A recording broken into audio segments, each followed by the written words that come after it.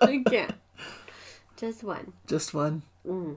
You can't do more than one epic during a recording session? No, I cannot. Okay. Only one. That's fair. I'm lucky that I even get one sometimes. We're filming, 4 videos right now? So yeah, I'm filming 4. And one of those can be an epic. Okay, we'll see. All dictated by the shuffle. I know, it's all up to the shuffle. Yeah. All right. I'm ready. All right. Shuffle. Oh, intro. Getting ahead of yourself. Jumping the gun. Okay.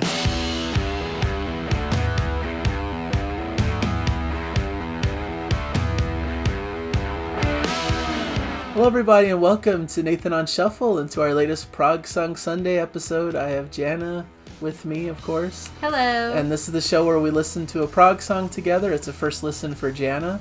And we're just listening together and getting Jana's reaction and seeing how she likes it. So we just shuffle through our list of songs and whatever pops up, that's the one we play. So let's see what we get, right? Let's do it. Shuffle. Shuffle.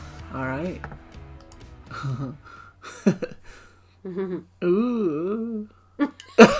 Just kidding. I don't know what that was. That was a fanboy noise. Stop. What about some Haken? Haken's great. I don't know if we've done Haken in a bit, right? We did Cockroach King a while back. Yeah. But I think since then we haven't. This is The Architect by Haken. Okay. From the album Affinity. This is a cool, somewhat of an epic track. We saw them like 15 minutes. In theater. That's we not saw them in theaters. We saw them in... Live, yeah. Yeah, in a concert. Yeah. Right. Oh, that concert we didn't like. Not the, well, we liked them. We liked them. More... We didn't like the venue. Yeah, yeah. And the situation. The vibe. The vibe. The It was not us. But the music was great. Yeah, the band was... They were just on point. Yeah, live they're always on fire. Amazing. All right, so The Architect, it's kind of one of their epics, really. Okay. It's a 15-minute track. Is that all right? Yeah, I suppose. It's not... there could have been longer epics. So I know. 15-minute epic is not so bad. And you like Cockroach King, so maybe there's some promise for this. I mean, I do like a heavier sound, so I think... Oh, this could be good then. This is one of their heavier tracks, I think. Oh, well, all right. Are there lyrics to follow? Yeah, we'll follow some lyrics. So I could keep leaning out of screen. You do. Sorry. I'm getting my drink. Are we not centered very well in the frame? I think we're all right. We're fine. I just keep leaning out of the frame. All right. Are we ready?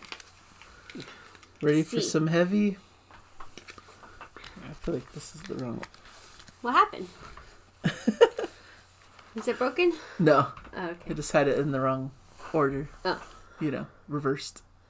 Okay. It matters which side is which,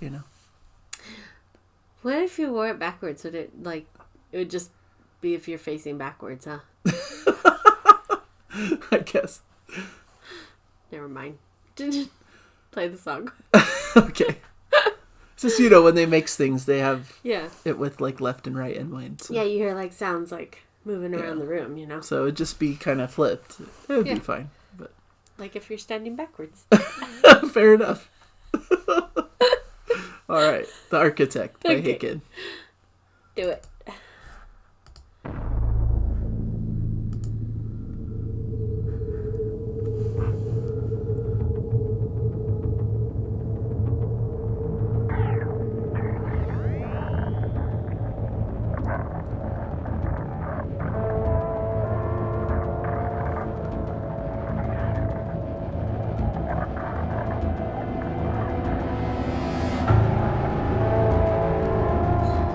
Ominous beginning.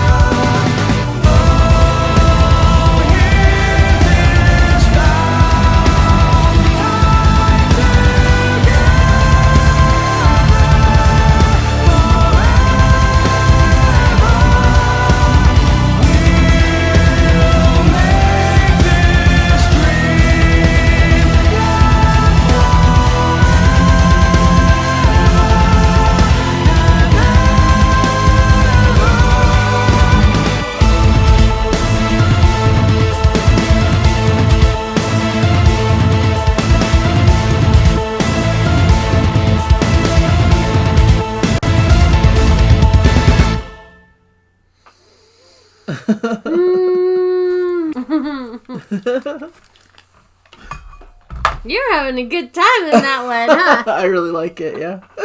It's one of my favorite tracks from Haken. That's a good one. A lot to take in, I know. It's a big journey. A lot of different things. Notes. Yeah, cool. Got some things to say? Yeah. And I'm sure they're all brilliant.